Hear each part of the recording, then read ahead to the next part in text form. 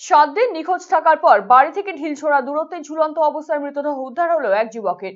রবিবার ঘটনাটি ঘটেছে জলপাইগুড়ি শহর সংলগ্ন পাহাড়পুর গ্রাম পঞ্চায়েতের মাহুতপাড়া এলাকায়। মৃত যুবকের নাম নাজিমুল হক, বয়স 19 বছর।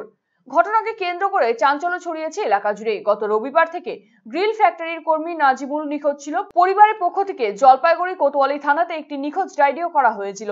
এদিন সকালে বাড়ি থেকে সামান্য দূরত্বে 31 নম্বর জাতীয় সড়কের পাশের একটি বেসরকারি সংস্থার জমির পেয়ারা গাছে থেকে তার ঝুলন্ত দেহ উদ্ধার করে কোতোয়ালি থানার পুলিশ।